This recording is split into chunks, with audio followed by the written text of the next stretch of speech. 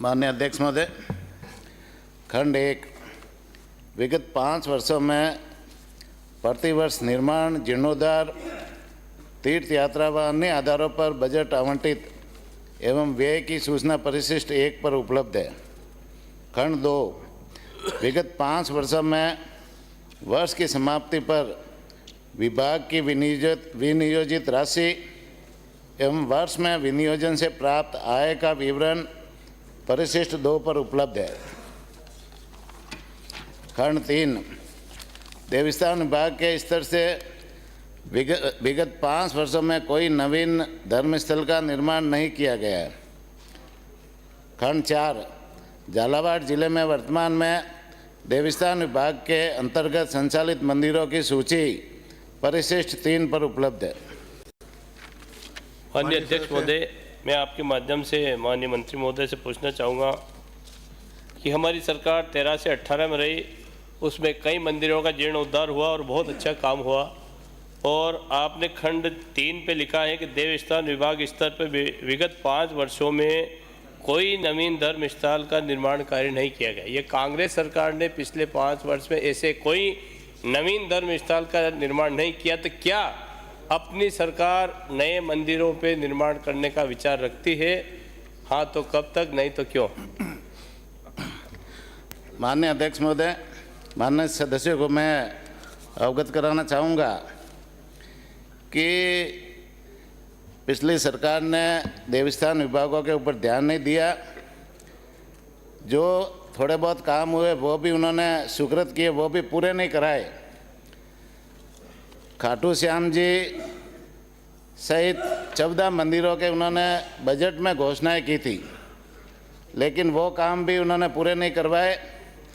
और सरकार बदलने के बाद में हमारे लोकप्रिय मुख्यमंत्री जी माननीय भजनलाल जी ने उन कामों को भी वापस जोड़ते हुए 20 मंदिरों की स्वीकृति इस बार 2024-25 के बजट में की है, जिनके ऊपर DPR बन रही है, एस्टिमेट बन रहे हैं और प्रक्रियाधीन है।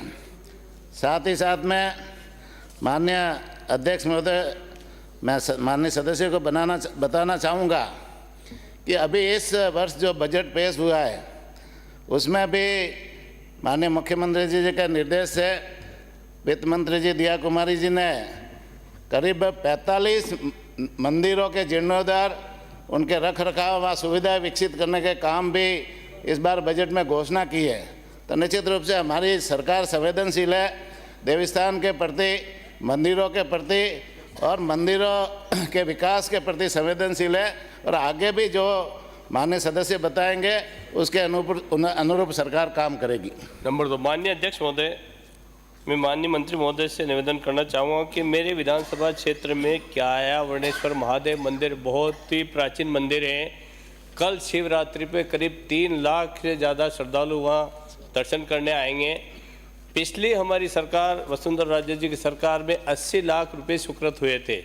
बाकी 13 से 18 में हमारी सरकार जाने के बाद कांग्रेस की सरकार आई, उस राशि को लैप्स कर दी गई।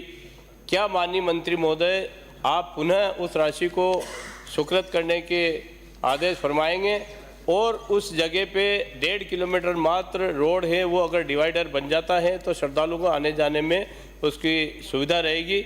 और भी काफ़ी मंदिर हैं, उसमें आप विचार करें और उस राशि को पुनः स्वीकृत करने की क्या मंशा है सर? माननीय मंत्री जी।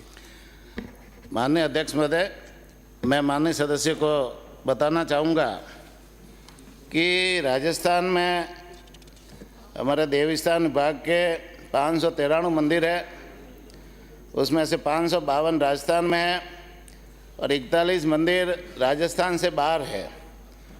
उन मंदिरों के लिए भी माननीय मुख्यमंत्री जी ने इस बार बजट में घोषणा की है 101 करोड़ राजस्थान के मंदिरों के विकास के लिए और 60 करोड़ जो राजस्थान से बाहर है उनके विकास के लिए भी माननीय मुख्यमंत्री जी ने घोषणा की है।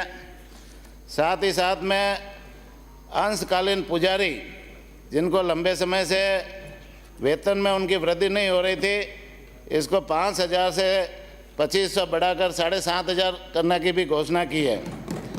साथ ही साथ में मंदिरों में जो भोग राग के पैसे हैं वो बहुत लंबे समय से 1500 रुपये दिए जा रहे थे, तो उनको भी सीधा डबल करके 3000 करने की भी घोषणा की है। तो निश्चित रूप से माननीय मुख्यमंत्री जी ने प्रयागराज में वहाँ पर जो महाकुंभ चल रहा है, उस महाकुंभ में कैबिनेट की बैठक बुला करके वहाँ ये देवस्थानों की जो है ना बहुत सारे निर्णय लिए।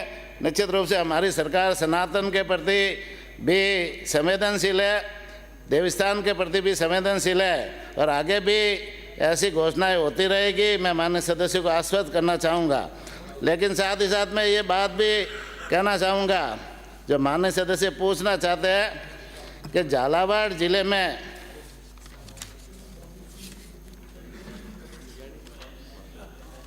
काया वर्णेश्वर महादेव, इनको मिल गया। झालावाड़ जिले में काया वर्णेश्वर महादेव मंदिर, जो मंदिर श्री काया वर्णेश्वर महादेव मंदिर प्रबंध समिति ग्राम क्यारसा तहसील गंगाधार जिला झालावाड़ राजस्थान सार्वजनिक प्रन्यास का मंदिर है। प्रन्यास मंदिर श्री काया वर्णेश्वर महादेव झालावाड़ में सार्वजनिक सुविधाओं के विकास हेतु वर्ष 2017-18 में माननीय वसुंधरा राजे की सरकार थी।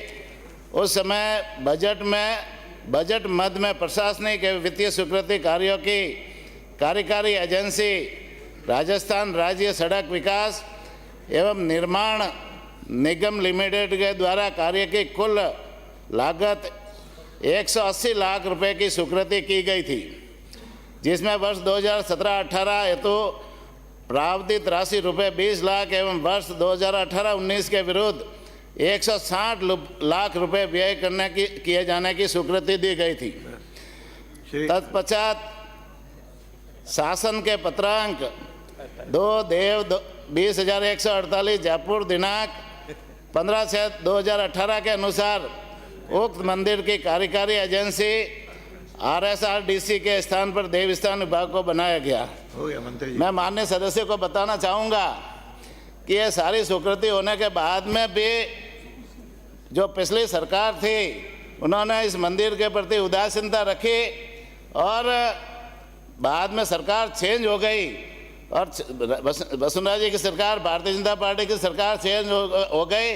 5 साल कांग्रेस की सरकार रही, उसने कांग्रेस की सरकार ने इस काम को कैंसिल किया, इस काम को आगे बढ़ाने का कोई काम नहीं किया। तो मैं माननीय सदस्य को भी विश्वास दिलाना चाहूँगा कि वर्तमान स्थिति का परीक्षण करवाकर वित्तीय संसाधनों की उपलब्धता अनुसार अग्रिम कार्रवाई की जाएगी। बहुत बहुत श्रीमती अनीता धन्यवाद। पटेल। धन्यवाद मंत्री महोदय। श्रीमती अनीता पटेल।